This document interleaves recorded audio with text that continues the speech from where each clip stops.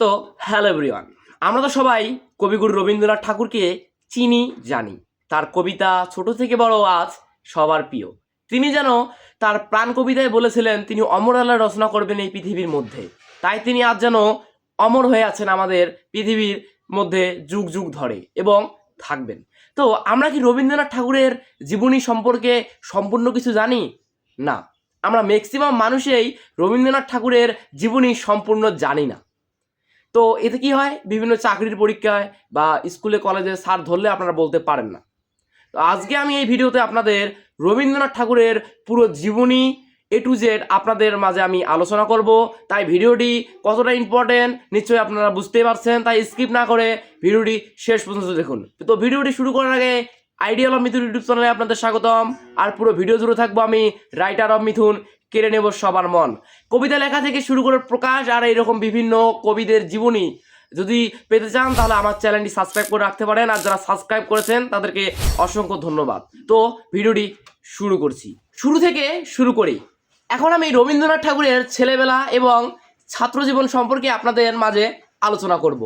তো কলকাতার জোড়াসাগর ঠাকুর পরিবারে জন্মগ্রহণ করে 1861 সালের 7ই মে এক ফুটফুটে শিশু।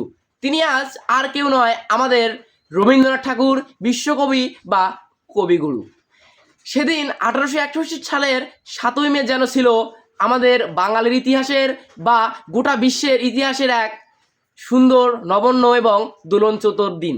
কারণ সেই দিনেই আমাদের বাংলা সাহিত্যের ভার যেন আবার কঠোর এবং নতুনভাবে লিখতে শুরু হয়েছিল। তো রবীন্দ্রনাথ ঠাকুরের জন্ম বললাম তো আপনাদের, পিতা দেবেন্দ্রনাথ ঠাকুর, মাতা সারদা দেবী এবং তার দাদু প্রিন্স দ্বারকানাথ ঠাকুর। রবীন্দ্রনাথ ঠাকুরের মা সারদা দেবী মারা যান কিছুদিন পর। রবীন্দ্রনাথ ঠাকুরের বাবা দেবেন্দ্রনাথ ঠাকুর ছিলেন একজন অত্যন্ত ভালো মনের মানুষ এবং সমাজসেবক। তিনি বিভিন্ন কাজে সবসময় বাইরেই থাকতেন। তাই রবীন্দ্রনাথ ঠাকুর ছোটবেলায় গৃহশিক্ষক রেখে পড়াশোনা চালু করেন। তিনি স্কুলে পড়েননি, স্কুলের চৌকাঠে 2-3 দিন গিয়ে ঘুরে এসেছেন। তাকে স্কুল ভালো লাগেনি, তিনি আবদ্ধ জীবন পছন্দ করতেন না। তাই তিনি গৃহশিক্ষক রেখে পড়ালেখা শুরু করেন।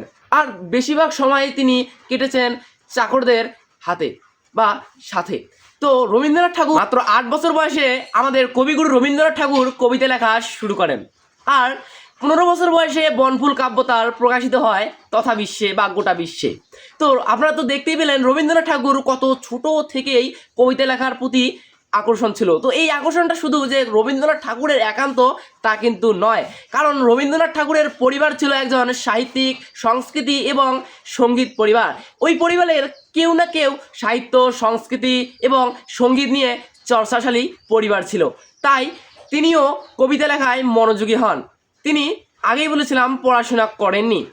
এখন আমি রবীন্দ্রনাথ ঠাকুরের তথা আমাদের বিশ্বকবি আজ কবিগুরুর কৈশোরকাল আপনাদের সামনে বলবো বা আলোচনা করব। তিনি ছোটবেলায় স্কুলে যাননি, তবে তিনি বাবার আদেশে 1878 সালে লন্ডনে যান ল পড়ার জন্য। কিন্তু লন্ডনে গিয়ে তিনি ল পড়ার বদলেই পড়তে শুরু করেন বাংলা সাহিত্য নিয়ে এবং তিনি লিখতে শুরু করেন কবিতা। তার কবিতাগুলো আজ যেন বাংলার বা বাঙালির হৃদয়ে স্পর্শ করে এপন্দ এবং আমাদের সবাইকে সজাগ করে। তো তিনি আমাদের কবিগুরু রবীন্দ্রনাথ ঠাকুর। তিনি অনেক কাব্য লিখেছেন, অনেক প্রবন্ধ লিখেছেন এবং অনেক গল্পকার। তিনি যে শুধু লেখক ছিলেন, কবি ছিলেন তা নয়, তিনি ছিলেন দার্শনিক, চিত্রশিল্পী, নাট্যকার, প্রযোজক এবং অভিনেত্রী। তো আমরা এখন আপনাদের রবীন্দ্রনাথ ঠাকুরের লেখা কিছু কবিতা, গল্প, গান এবং উপন্যাস সম্পর্কে আপনাদের মাঝে আমি বলবো। রবীন্দ্রনাথ ঠাকুর 200-রও বেশি গান লিখেছেন আমাদের জন্য, 15-রও বেশি উপন্যাস এবং ছোট গল্প, 35টি প্রবন্ধ এবং 38টি নাটক। তো আমরা দেখতেই পেলাম রবীন্দ্রনাথ ঠাকুর আমাদের জন্য কত কিনা লিখেছেন। রবীন্দ্রনাথ ঠাকুর 1913 সালে নোবেল পান তার গীতাঞ্জলি কাব্যের জন্য। তো বাংলাদেশের বা বাঙালির কেউ প্রথম নোবেল পেয়েছিল কবিতা লেখার বা সাহিত্য চর্চার কারণে, তিনি হলেন রবীন্দ্রনাথ ঠাকুর। তথা বিশ্বে তিনি নাম লিখে গেছেন বা স্মরণাক্ষরে তার নাম সারা জীবন আমরা স্মরণ করে যাব, আমাদের কবিগুরু রবীন্দ্রনাথ ঠাকুর। তিনি 1915 সালে ইংল্যান্ডের হাতে নাইট উপাধি পান। তবে তিনি এই আমাদের বাঙালির উপর যে ব্রিটিশদের শাসনের জন্য তিনি ওই নাইট উপাধি প্রত্যাখ্যান করেন, কারণ তিনি বলেন যে আমার এই নাইট উপাধি কোনো দরকার নেই। আমি আপনাদের বলেছিলাম যে রবীন্দ্রনাথ ঠাকুর একজন চিত্রশিল্পী ছিলেন বটে। রবীন্দ্রনাথ ঠাকুর 70 বছর বয়সে ছবি আঁকা শুরু করেন। তো আমরা দেখতেই পেলাম যে আসলে শেখার কোনো শেষ নেই, কারণ রবীন্দ্রনাথ ঠাকুর বৃদ্ধকালেই মাত্র 70 বছর বয়সেই তিনি কবিতা লেখার পাশাপাশি ছবিও আঁকা শুরু করেন। তাই আমরা তাকে দেখে শিক্ষা পেলাম এই যে শেখার কোনো শেষ নেই। তো আমরা তো এখন বৃদ্ধ হয়ে গেলে ভাবি যে আমরা মৃত্যুর পথে যাচ্ছি, কিন্তু রবীন্দ্রনাথ ঠাকুর আসলে দেখেন 70 বছর বয়সে ছবি এঁকেছেন 200-রও বেশি। তো আপনারা দেখতেই পেলেন রবীন্দ্রনাথ ঠাকুর কত একজন ভালো মনের মানুষ বা প্রতিভাশালী। তো রবীন্দ্রনাথ ঠাকুর বিবাহ সম্পূর্ণ করেন বাংলাদেশের একটি ধনী পরিবারে। তার স্ত্রীর নাম হলো মৃণালিনী দেবী। তো রবীন্দ্রনাথ ঠাকুর আমাদের বাংলা সাহিত্যের কতটি অগ্রদূত বা রবীন্দ্রনাথ ঠাকুর আমাদের বাংলা সাহিত্যের একজন নক্ষত্র তা আমাদের মানতেই হবে, কারণ তিনি তথা বিশ্বকবি নয়, তিনি আমাদের বাঙালির কবি, তিনি আমাদের বাঙালির সন্তান, বাঙালির কর্ণধর। তো রবীন্দ্রনাথ ঠাকুর মাত্র মৃত্যুর 7 দিন আগেও কবিতা লিখেছিলেন, তা তার মৃত্যুর পরেই প্রকাশিত হয়েছিল। তো রবীন্দ্রনাথ ঠাকুর মৃত্যুবরণ করেন 1941 সালেই 7ই আগস্ট কলকাতায়। আমরা তো দেখতে পেলাম কবিগুরু রবীন্দ্রনাথ ঠাকুর মাত্র মৃত্যুর 7 দিন আগ পর্যন্ত আমাদের বাঙালির জন্য কবিতা লিখে গেছেন, আমাদেরকে জাগাবে বলে।